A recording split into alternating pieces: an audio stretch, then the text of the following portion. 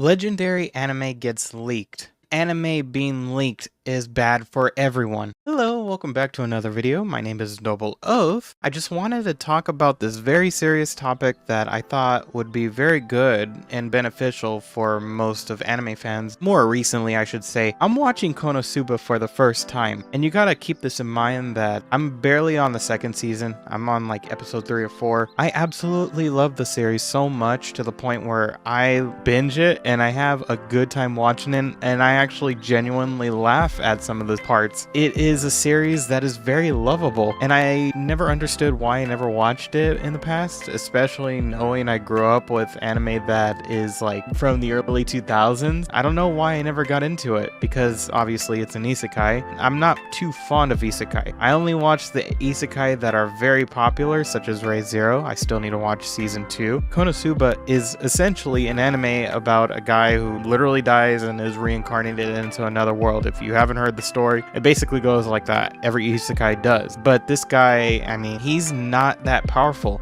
And it's very contradicting to most isekais, because most of the time, every single time, the guy is stupid powerful and is surrounded by women. In this case, you have a guy that is surrounded by women but is not powerful at all. He comes across a guy that is somewhat powerful, spoilers, somewhat in season 1, but I absolutely make fun of him all the time because he's such a relatable guy. And that's to say that it is a series that flips the coin on genre of isekai itself. People really do love this series essentially because of its humor and its overall lovable theme of them learning how naive they are, but also learning many good lessons out of all of the experiences they have. My favorite scene from season 1, a couple of scenes, would be the part where Megumin is exploding this castle days on end. Every single character this anime is very lovable. I absolutely love them to bits, and I would be lying to say that there is a boring character, because there is literally no boring character in this anime. You have so many good characters. One of my favorites may be Aqua, but I know a lot of people love Megumin a lot, and so do Darkness, and I can understand why, because those girls are essentially, you know, a masochist, a girl who likes explosions, and a girl that is somewhat tsundere, but is not completely tsundere.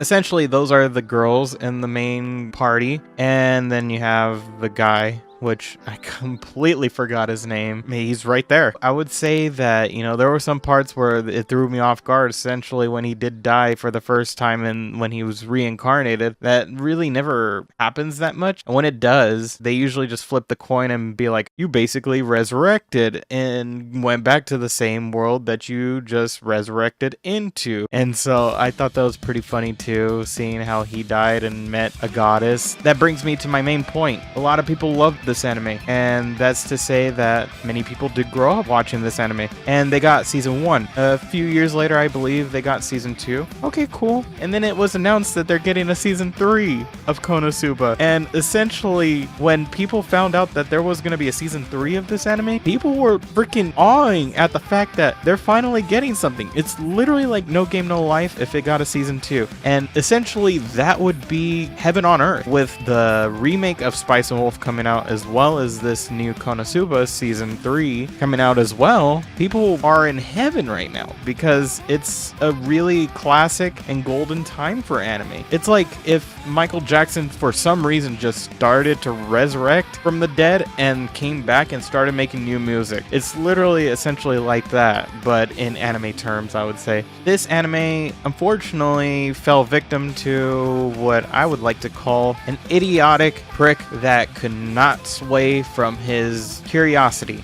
And what do people say about curiosity? Well, it killed the cat, and it really did kill all of the cats of the world, and that's a really bad analogy. I would say that it killed most of the people's excitement towards this new anime that was releasing, such as Konosuba Season 3. It's very sad to see that because Konosuba Season 3 has been long await for a new Season 3. And so far, so much that I know of, they don't fight the Devil King yet, so I am expecting for something cool to happen in this season. I haven't finished Season 2, but I can imagine that it is very exciting seeing that this anime is finally continuing after so long. And the fact that it did get leaked before Crunchyroll could even upload it onto their main platform is very disappointing and also very distrusting for producers that put their time and work into this, is including the animators, including the voice actors, voice actresses. They all essentially made this possible, and for someone to leak it out within weeks before its release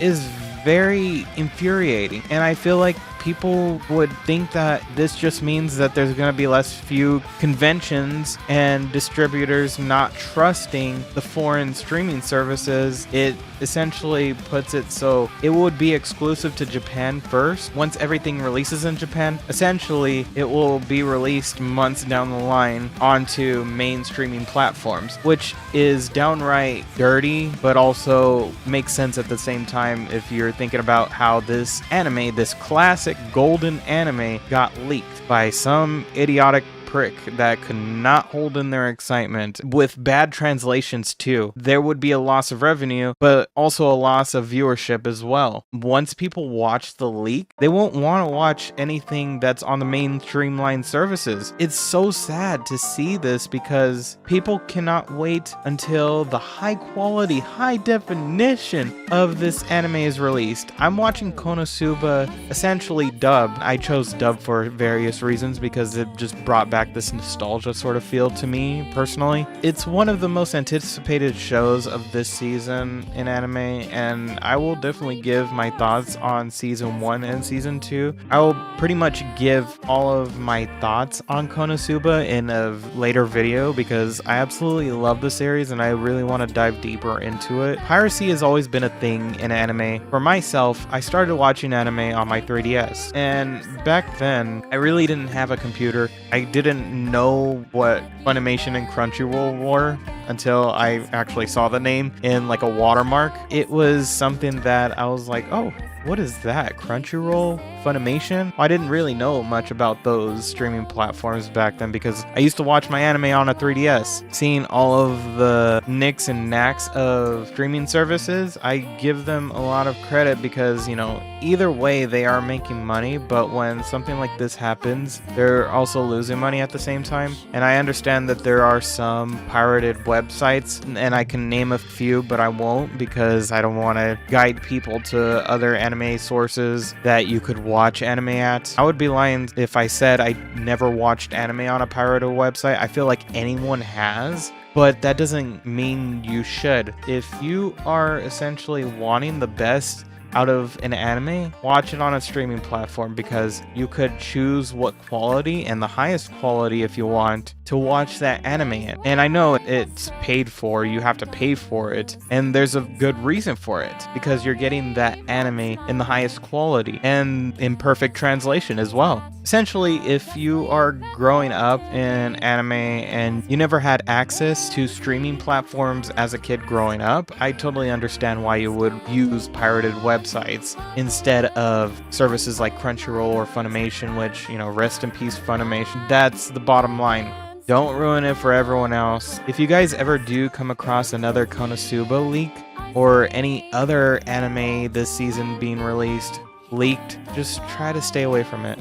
I know that's hard to do because social media is such a toxic wasteland that people want the most exclusive stuff at the earliest point in time, but wait until it's officially announced. It's hard to do that when you're such a big fan of a specific anime that you love. I mean, for heck's sake, I've not finished Spice and Wolf light novel, but I have seen some not big spoilers, essentially spoilers that are stuff that I don't want to see, but at the same time it's just inevitable because it's being released on the official source. But those are my thoughts on Konosuba being leaked weeks in advance. and also how anime being leaked in general is bad for everyone. I definitely would like to hear your guys' thoughts and opinions on this topic because it's very important, especially for the future of anime and how it's going to be released in the future, and whether or not distributors will be very trustful towards foreign services such as Crunchyroll. Feel free to leave a like, subscribe, comment down below your guys' thoughts and opinions. And with that being said, I will see you guys in the next one. Take care and peace.